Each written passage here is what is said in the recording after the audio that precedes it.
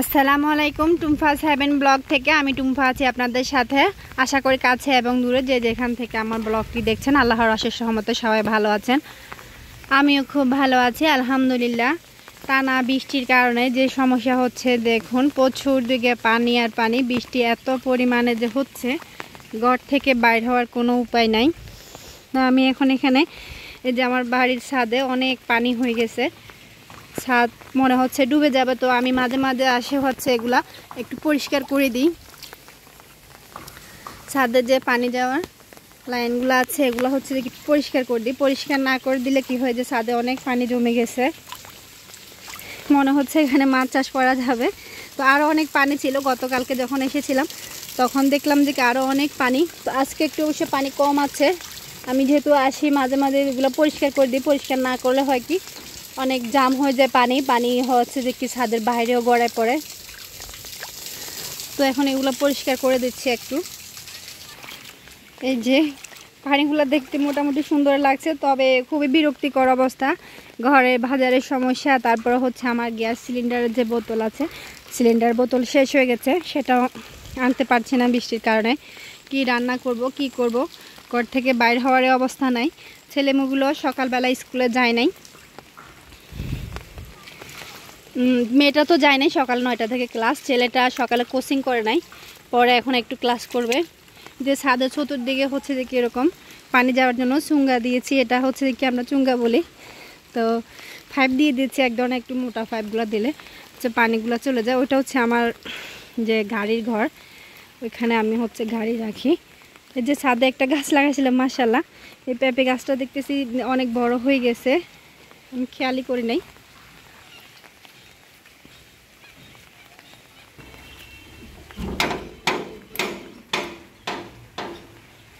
ছাদ থেকে নিচে চলে আসছি। তো এখন এটা হচ্ছে যে কি আমার হচ্ছে, এটা আমি র্যাক বলি।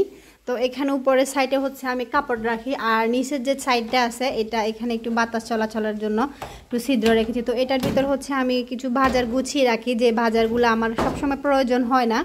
প্রয়োজনীয় বাজার থেকে যে এক্সট্রা বাজারগুলো থাকে সেগুলো আমি এভাবে এখানে একটু ব্যাগে রেখে দিই।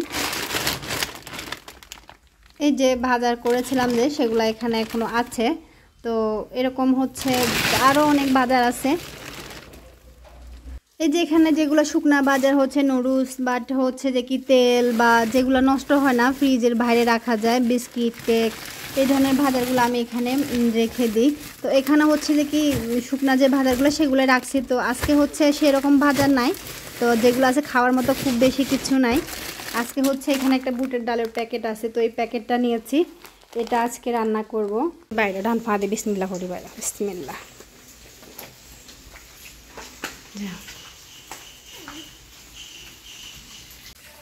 আজকে হচ্ছে আমি রান্না করব বুটের ডাল, আলু আর ডিম দিয়ে রান্না করব।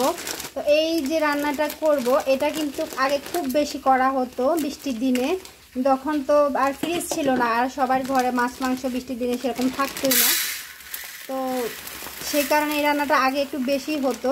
এখন তো মাশাআল্লাহ সবার ঘরে মোটামুটি ফ্রিজ আছে, তো আমরা চাইলেই বৃষ্টির দিনেও মাছ মাংস খেতে পারি।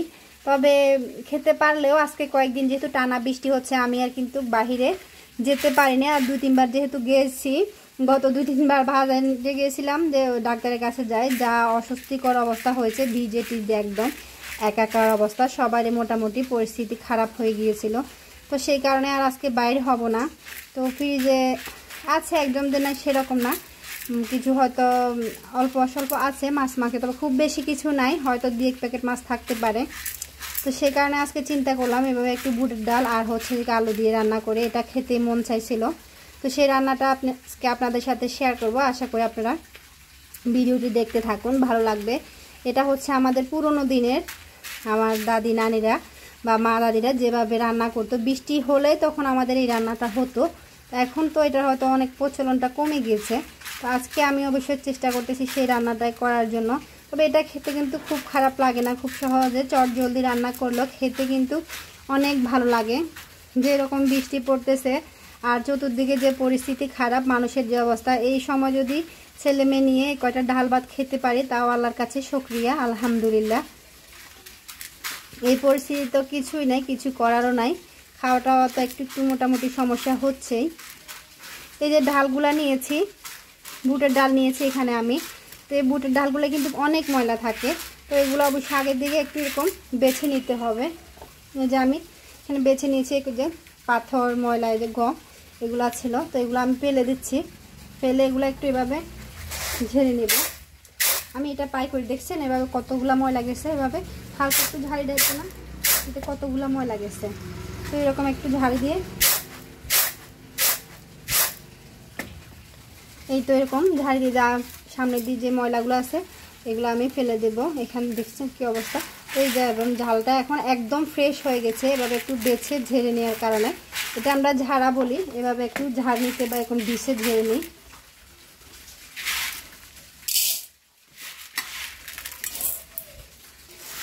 আমি এখানে এই পরিমাণে ডাল নিয়েছি, একদম কম করে রান্না করবো না। এটা রান্না করলে কিন্তু ভাববে সাথে আলু দিব, ডিম দিব, তবে আমি একটু কম করে রান্না করবো না, একটু বেশি করে রান্না করব। কারণ এটা সকালবেলার থেকে গেলে তখন রুটি পরোটা বা হচ্ছে যে কি খোলা পিঠা সব কিছু দিয়ে খেতে ভালো লাগে, আবার ভাতের সাথেও ভালো লাগে। তো আমি একটু বেশি করে রান্না করতেছি যাতে আমি এটা সকাল পর্যন্ত খেতে পারি, সকালেও রুটি দিয়ে খেতে পারি। তো দুপুরের খাওয়া প্লাস রাতের খাওয়া আবার সকাল পর্যন্ত খাবো, তো সেই কারণে একটু বেশি নিচ্ছি।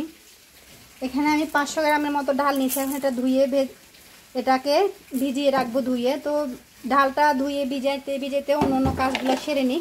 এখানে 5টা ডিম নিয়েছি। ডিম কিন্তু ঘরে 5টাই ছিল, থাকলে আর একটু বেশি নিতাম।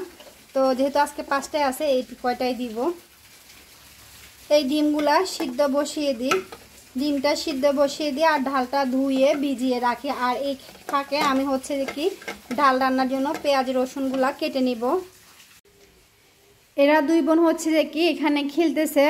দুই বোন যেহেতু বৃষ্টি হচ্ছে, ঝামিলা স্কুলে যায় না, তো ঝামিলা বলছিল যে আম্মু আমার একটু ভিডিও করে দাও, ও একটু ভিডিওতে আসতে চায়। তো সেই কারণে হচ্ছে যে কেউ বললো, তো আমি একটু দেখাচ্ছি। এই যে এই খেলনাটা ওরা বানাইছে ভাই বোনে মিলে, ক্লে দিয়ে। এটা হচ্ছে যে কি নিজেরা বানাইছে। আর ঝামিলা কি বানাইছে সেগুলো একটু দেখাবে জামিলা। জামিলা দেখাও তো তুমি কি বানাইছো, দেখাও একটু ফুলে। হ্যাঁ, এই যে জামিলা সুন্দর সুন্দর ফুলগুলো নিজে বানাইছে। কে বানাইছে এগুলা বলো তো? তুমি বানাইছ?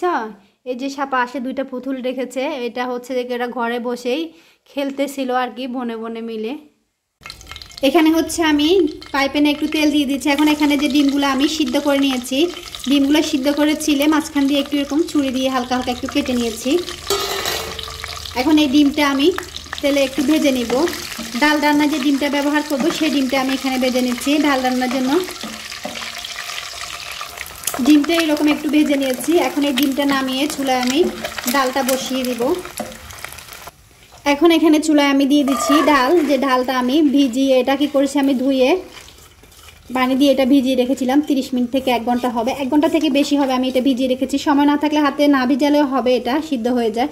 আর যদি একটু সময় থাকে 30 মিনিট ভিজিয়ে নেবেন, আর একটু বেশি সময় থাকলে 1 ঘন্টা এটা ভিজিয়ে নিতে পারেন। আমরা আগে যখন রান্না করতাম তখন তো হুটহাট রান্না করতে হতো, বাট যখন হচ্ছে যে কি ঘরে কিছু না থাকলে তো এই ডালটাই থাকতো। এটা তো শুকনা খাবার, অনেকদিন ঘরে থাকে, তো সেই কারণে এটা হচ্ছে কি ভেজানো বা না ভেজানো যে কোনো অবস্থায় এটা রান্না করতে হতো। তার কারণে হচ্ছে যে কি আমরা সেভাবে রান্না করে নিতাম। তো এখন এখানে দিয়ে দিচ্ছি আমি 500 গ্রাম আলু, সরি 500 গ্রাম হবে না, এখানে 200-300 গ্রাম হবে, 300 বা 400 গ্রাম এরকম হবে। 500 গ্রাম তো ডাল নিয়েছি আমি। আলুগুলোকে এরকম একটু কেটে নিচ্ছি, ডালটার সাথে আলুটা এরকম কেটে নিলে ভালো লাগে খেতে। এখন এখানে আমি দিয়ে দিব রসুন। রসুনটা একটু বেশি দিতে হবে, আর রসুনটা এভাবে কেটে দিয়েছি, এরকম কেটে দিতে হয়। এই ডালটা সে ভিতরে রসুনটা কেটে দিলে ভালো লাগে। তো এটা হচ্ছে কি আমি এখন দিয়ে দিচ্ছি। আর একটু রসুন আমি রেখে দিব, পরে ভাগার দেওয়ার জন্য একটু রসুন রেখে দিয়েছি। আর এখানে দিয়ে দিব পেঁয়াজ, কিছুটা পেঁয়াজ ভাগারের জন্য রেখে দিয়েছি, কিছুটা পেঁয়াজ দিয়ে দিচ্ছি। এখানে 2টি পেঁয়াজ দিয়েছি। এখন দিয়ে দিচ্ছি এখানে পানি। পানিটা কিন্তু একটু বেশি দিতে হবে এই ডালটা, প্লাস হচ্ছে এটা আমি যেরকম মোটা ডাল খেতে পারবো, আবার একটা পাতলা ডালেরও একটা কিন্তু টেস্ট আসবে। তো সব কিছু মিলে হচ্ছে কি একটা ডাল দিয়ে যাতে পুরোটা খাবার দুপুরে খেতে পারি, তো সেভাবে রান্না করব। আমি এখানে 1 লিটার মতো পানি দিয়েছি। এখন এখানে আমি দিয়ে দিব গুঁড়া মশলাগুলো। এখানে আমি দিয়ে দিচ্ছি 1 চা চামচ হলুদের গুঁড়া, একদম উঁচু উঁচু করে দিয়েছি, কিন্তু খুব বেশি, এর থেকে বেশি কিন্তু দেওয়া যাবে না, তাহলে ডালের কালারটা অবশ্যই নষ্ট হয়ে যাবে। এটাতে খুব বেশি হলুদ ব্যবহার করা যায় না, তবে যে পরিমাণে ডাল দিয়েছি সেই পরিমাণে 1 চা চামচ হলুদের গুঁড়া অবশ্যই লাগবে। সাথে দিয়ে দিচ্ছি আমি 1/2 চা চামচ মরিচের গুঁড়া। খুব বেশি এখানে মরিচ হলুদ ব্যবহার করবো না, আমি এখানে কাঁচা মরিচ ব্যবহার করব, পরে তো আমি একটু মরিচের গুঁড়াটা কমিয়ে দিয়েছি। সাথে দিয়ে দিচ্ছি জিরা ধনিয়া প্লাস হচ্ছে গরম মশলা গুঁড়া 1 চা চামচ। আর এখানে যে পানিটা ব্যবহার করেছি পানিটা হচ্ছে দেখি অবশ্যই এটা এই পানিটা পুকুরের পানি আর না হয় বৃষ্টির পানি আর না হয় এটা ফুটানো পানি ব্যবহার করতে হবে। আর যদি না হয় যে পানিতে আয়রন হয় সেই ধরনের পানি কিন্তু ব্যবহার করতে হবে। যদি পানিটা আয়রন থাকে তাহলে কিন্তু এই ডালটা কালো হয়ে যাবে। আমি কিন্তু এখানে আজকে বৃষ্টির পানি ব্যবহার করেছি আর আমি বেশিরভাগ সময় বৃষ্টির পানি দিয়ে রান্না করি। তো বৃষ্টির পানিটাকে যেভাবে সংরক্ষণ করে রাখতে হয় সেটা আমি অবশ্যই আমার একটা ব্লগে শেয়ার করেছি, আমি যেভাবে সংরক্ষণ করি, চাইলে আপনারা সেই ব্লগটা দেখে নিতে পারেন। তো আমি এখানে হচ্ছে যে কি এটা যদি কলের পানি দিই বা যে পানিতে আয়রন আছে সেরকম দিই তাহলে এটা কিন্তু ডালটা কালো হয়ে যায়, ডালের যে সুন্দর একটা কালার সেটা আসে না। তো আমি এটা ঢেকে দিয়ে এটা যাতে একটা ফুটে উঠে আর ব্লক আসে কতক্ষণ ঢেকে রাখবো। তবে ঢেকে আবার নিশ্চিন্তে বসে থাকবো না, ডালটা কিন্তু ব্লক আসার সাথে সাথে কিন্তু এটা কি পড়ে যায়। তো অবশ্যই খেয়াল রাখতে হবে সে পর্যন্ত যাতে পড়ে না যায়, কিন্তু তাড়াতাড়ি হওয়ার জন্য আমাকে অবশ্যই এটা ঢেকে রাখতে হবে। ডালটা ফুটে উঠেছে, কিছুক্ষণ আমি এভাবে একটু রান্না করে নিয়েছি। আলুটা মোটামুটি সিদ্ধ হয়েছে, ডালটা মনে হচ্ছে এখনও সিদ্ধ হয় নাই। তো আপনারা যদি চান যে আপনাদের ডালটা তাড়াতাড়ি সিদ্ধ হয়ে যাক তো সেক্ষেত্রে একটা কাজ করতে পারেন। এই যে এখানে নিয়ে নিয়েছি আমি বেকিং সোডা, তো হালকা একটু, খুব বেশি না, যে হালকা একটু বেকিং সোডা এখানে আমি দিয়ে দিচ্ছি তাড়াতাড়ি ডালটা সিদ্ধ করার জন্য। এভাবে একটু ফেনা উঠবে, কোনো অসুবিধা নেই। এভাবে একটু ফেনা উঠলে অসুবিধা নেই, ফেনাটা আবার ঠিক হয়ে যাবে। তো আমার এই কাজটা করতে হতো না, তাড়াহুড়োর কারণে আমি একটু বেকিং সোডা দিয়ে দিয়েছি। আমি তাড়াহুড়োটা আমার করা লাগতো না, কারণটা হচ্ছে যে কি আমি যখন ডালটা ধুয়ে রেখেছিলাম এরপরে হচ্ছে যে কি আমি চুলায় ভাত রান্না করে নিয়েছিলাম অফ ক্যামেরা। আবার হচ্ছে যে কি আমি একটু শুয়েছিলাম কিছুক্ষণ, আমার কাছে একটু ক্লান্তি লাগছিল, শুয়েছিলাম। অলসতাটা করলাম, অলসতার কারণেই হচ্ছে যে কী অবস্থা হলো আর কি, যে এখন বেকিং সোডাটা দিতে হলো। না হলে এটা 15 থেকে 20 মিনিট যদি একটু রান্না করে নিতাম এমনি সিদ্ধ হয়ে যায়। তো এটা আমাকে করা লাগতো না, আমার ছেলেটা চলে এসেছে তো ওকে তাড়াতাড়ি যেন খাইয়ে দিতে পারি সেই কারণে আমি এই কাজটা করলাম। আর আমি যদি না শুইতাম তাহলে হয়তো এটা হতো না বা এটা করা লাগতো না। আমি শুয়েছি, তো এর পাশে আবার একটা ভিডিও ছিল, এটা এডিট করেছি, ওইটার ভয়েস দিয়েছি। তো এই সবগুলো করতে যাই হচ্ছে যে কি আমার রান্নাটা একটু দেরি হয়ে গেছে, যার কারণে হচ্ছে যে কি এখন আমাকে বেকিং সোডাটা দিতে হয়েছে। না হলে যদি 15 থেকে 20 মিনিট বা 30 মিনিট একটু রান্না করে নিই ডাল এমনি সিদ্ধ হয়ে যায়। এমনি সিদ্ধ হলে খেতে আর একটু বেশি ভালো লাগে। তো বেকিং সোডা দিলেও স্বাদের কোনো সমস্যা হয় না। আমি কিন্তু এতক্ষণ কোনো লবণ দিই না, এখন এখানে দিয়ে দিলাম লবণ, 2-4 চামচের মতো লবণ দিয়েছি। ডাল রান্নার লবণটা একটু বেশি লাগে অন্য অন্য তরকারির থেকে, তো আমি লবণটা দিয়ে আবার একটু নেড়ে দিচ্ছি। এখন কিছুক্ষণের ভিতরে ডালটা কিন্তু সিদ্ধ হয়ে যাবে। লবণটা চেক করে নিয়েছি, মনে হচ্ছে আর একটু লবণ লাগবে। তো এই ডালটা দিয়ে আমি দিয়েছি, ডালটা কিন্তু আমি চেক করে দেখেছি বেকিং সোডাটা দেওয়ার কারণে স্বাদ বা গন্ধ কোনো কিছুই নষ্ট হয় নাই। তো রান্না করতে করতে যেটা হয় খিদা লেগে যায়। তো আমি এখানে 2 পিস আম নিয়েছি খাওয়ার জন্য, আর কয়েক পিস খেয়ে নিয়েছিলাম। তো হচ্ছে দেখি যখন খেতে ইচ্ছে করে রান্না করতেছি, অনেক টাইম হচ্ছে, সকালে যে নাস্তা করেছিলাম আর কিছু খাই নাই, তো এই কারণে একটু আম খেয়ে নিলাম। আর হচ্ছে যে কি আমগুলো একটু টক টাইপের, তো বাচ্চারা খেতে চায় না, আমাকে একটু বেশি খেতে হয়। তো এগুলো কিছুক্ষণ রান্না করে নিলেই সিদ্ধ হয়ে যাবে। আমি এগুলো কিছুক্ষণ রান্না করে নিচ্ছি এভাবে। একজনই মানুষ, ঘরের ভিতরে একজন মানুষ একা হাতে সব কাজ করতে গেলে একটু 19-20 হয়ে যায়, সব কাজ একদম সময় মতো করা যায় না। একদিক দেখলে তো আরেক দিক হয়ে যায়, সমস্যা হয়ে যায়। তো আমি এখানে কিছু কাঁচামরিচ দিয়ে দিচ্ছি, কাঁচামরিচগুলো হালকা একটু চিড়ে দিয়েছি, কিছুটা আমি গোটা দিয়েছি। আমি এগুলো ভাতের সাথে খেতে পারবো। তো ওরা কিন্তু আবার ঝাল খেতে পছন্দ করে না, সেই কারণে হচ্ছে যে কি ওদের জন্য আমি বেশি ঝাল দিতে পারি না। এখন এখানে দিয়ে দিচ্ছি আগে থেকে ভেজে রাখা ডিমগুলা।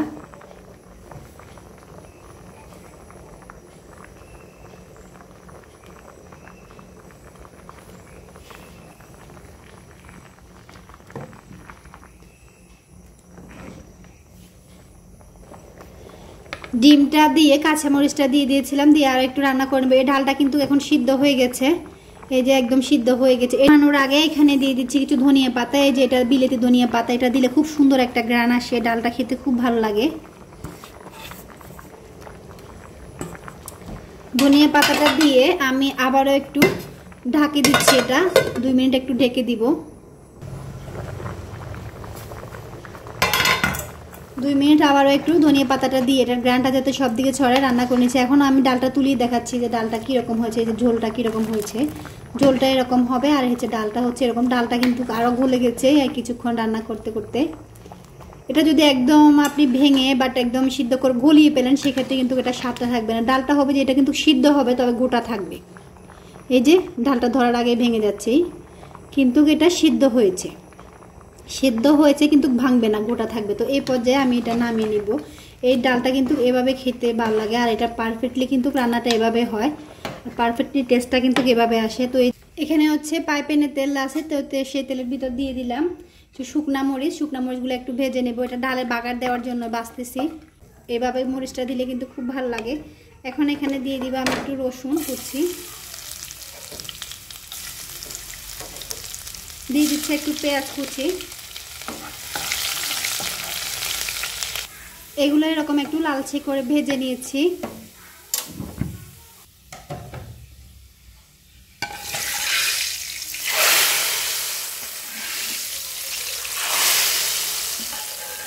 এই যে ভাগার দিয়ে নিয়েছি, এরকম করে একটু ভাগার দিয়ে নিলাম। এটা এভাবে ভাগার দিলে কিন্তু ডালটা খেতে খুবই ভালো লাগে।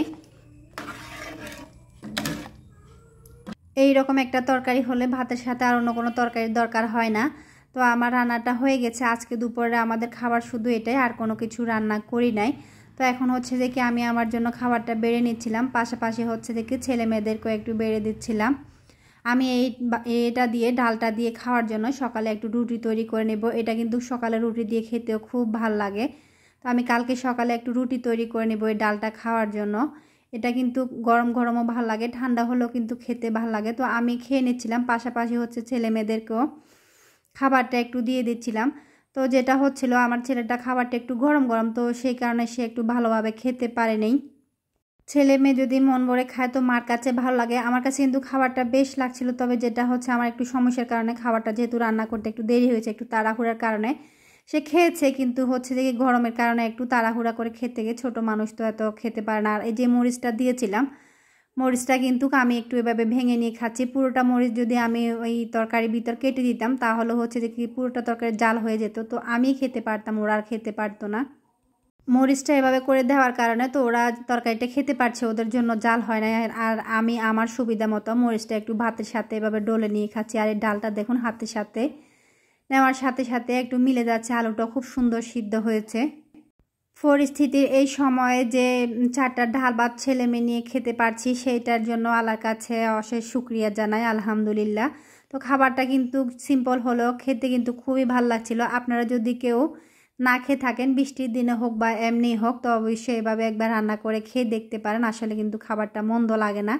ভাবছেন হয়তো আমি রান্না করছি তাই হয়তো বলছি, না আসলে সত্যি খুব ভালো লাগে। অনেক দিন পরে খাবারটা পেলাম, আর আমি অনেক দিন পরে রান্না করেছি, তো আমার কাছে খুব ভালো লাগছিল। আমি তৃপ্তি ভরে খাবারটা খেয়ে নিচ্ছিলাম।